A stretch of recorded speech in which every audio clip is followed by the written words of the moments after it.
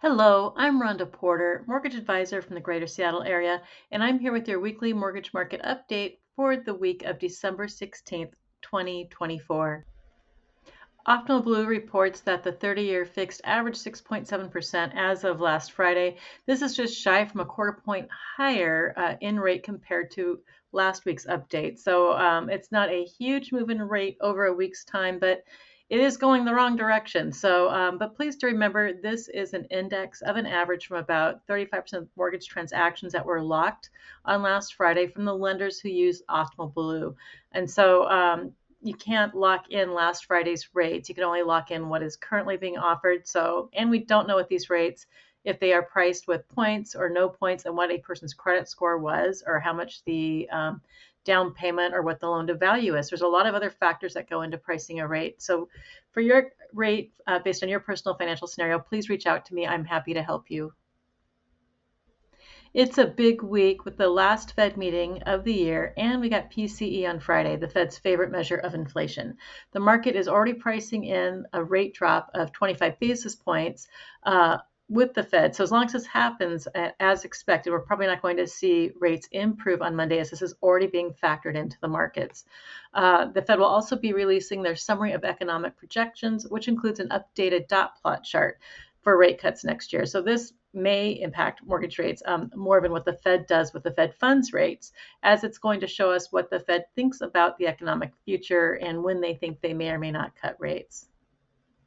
And last but not least, we also have on Friday the PCE, personal consumption expenditures, which measures inflation and therefore impacts mortgage rates, as mortgage rates are based off of mortgage-backed securities, which are bonds, and bonds react negatively to inflation.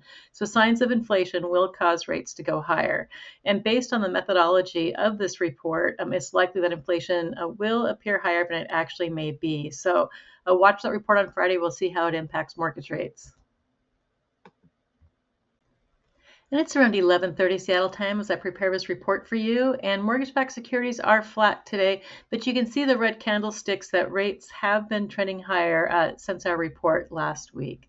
So we'll see what they do this week. And this is the last full week of the year. We are going to have holidays with the Christmas holiday next week and New Year's the week after that, and which also may impact rates, as there will be more traders on vacation, and that can sometimes cause volatility in the markets as well.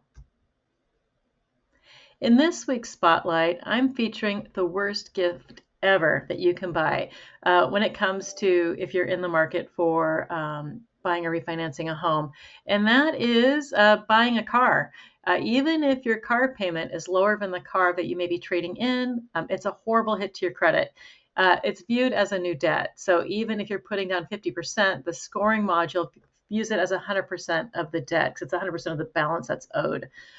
So you get no credit for any money that you put down on the car as far as your credit score goes. And if you're trading in a car that had a loan on it, you are giving up an established debt for a brand new debt. And so that's a double whammy to your credit score. So it's just really, it is really a hard hit to your credit. So don't follow those commercials of the big, beautiful bows on brand new cars if you're thinking about buying or refinancing a car or a house in the future.